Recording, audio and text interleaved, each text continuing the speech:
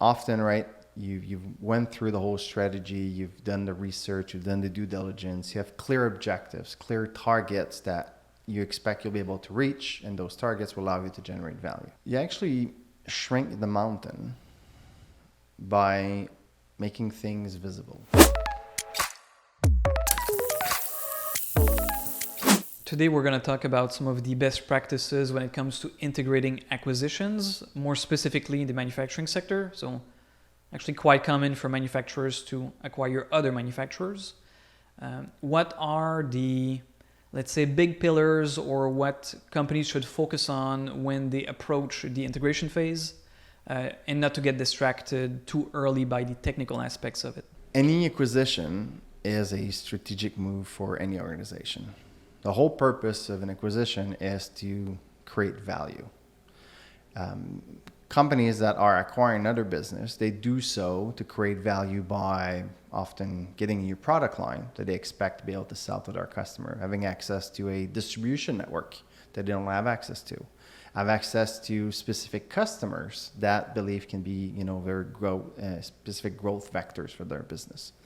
So acquisitions are very, very strategic, and obviously a lot of time, effort, energy, and money is being put on doing a proper due diligence, having a very solid strategy to see, to have a good understanding on what needs to be done for the acquisition to actually generate value. So after the acquisition is completed, we usually have a very strong plan on paper. The objectives, the strategy is very clear on why they've done the acquisition. Where the pitfall starts and where the complication starts is how do you integrate the business into the new one? That becomes a bit complicated, and often companies actually see that as a huge mountain to climb. Yeah, and I like your analogy of the mountain here, because it's quite frequent that definitely the integration timelines are always busted.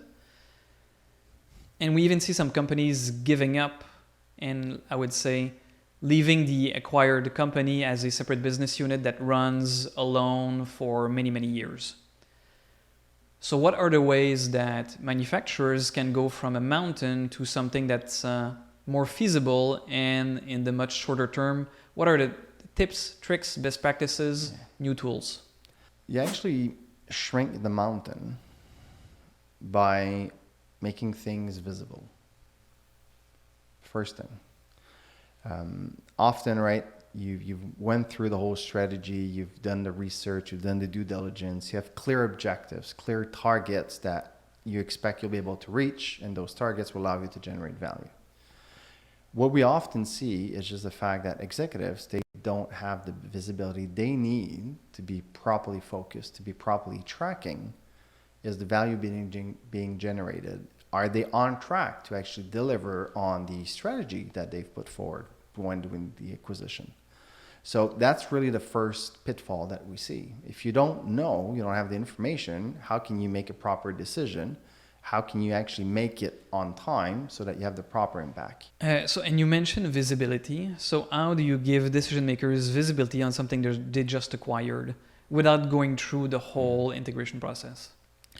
Yeah, it's actually a very good question, because often the paradigm is that to be able to have the complete visibility, you need to go through a full integration of the systems.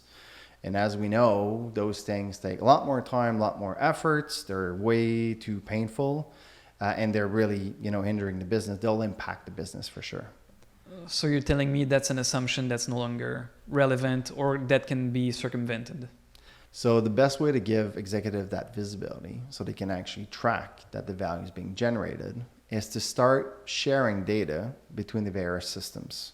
Sharing data between the ERPs, the sales systems, the financial systems, the marketing systems, to make sure that there is one system that would actually hold all of the information, allowing the executives to have a clear real-time view of what's going on within that business. When you focus on sharing the information first, you don't disturb the acquired business. You haven't changed anything. You don't migrate any systems. You have no impact on how they operate.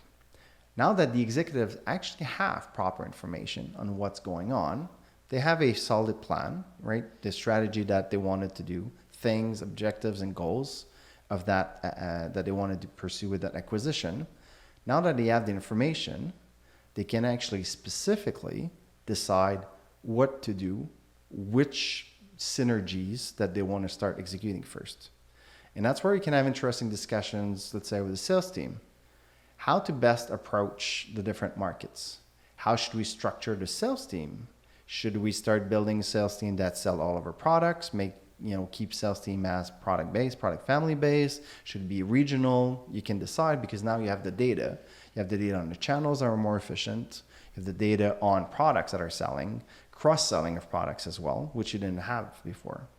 You can have the exact same type of questions for the service departments.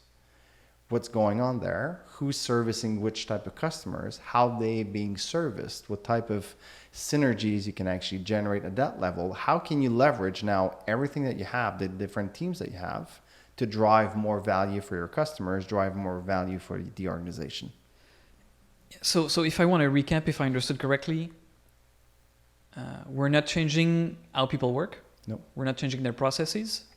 Something much easier, let's say a middle step, is you share data so that decision makers see all businesses, all of their KPIs, and then they can pinpoint what their actual priority is, but based on market realities, based on what's happening, and not, let's say, a theoretical plan that was made 2 years ago. What I would add to that is also they can actually start moving because the data is shared. Both systems have all of the information. You can actually start moving departments one by one. So you're no longer going through the process of having that week of integration, that weekend big bang where employees come back the Monday morning and all the systems are changed, the interface have changed, and obviously nothing works for a week or 2 or 3 because you've migrated the systems. Regarding the data sharing, I have a question for you. Would you go further? You mentioned sharing data for executives. Yep. Would you also share data between teams before process integration? So let's say I'm a sales rep in a company. We bought another company. They have their own sales rep. They have sales channels products. I have sales channels products. If I see the nice business they're doing and they see the nice business that I'm doing in real time, because it's real-time data, doesn't it become enticing? Isn't it a good teaser for integration? Hey, wait a minute. I'd like to be able to benefit from their channels. I'd like to be able to benefit from their accounts. I'd like to cross-sell with their business. So would you go as far, or would you say, no, that step is for further down the road, you wouldn't go there?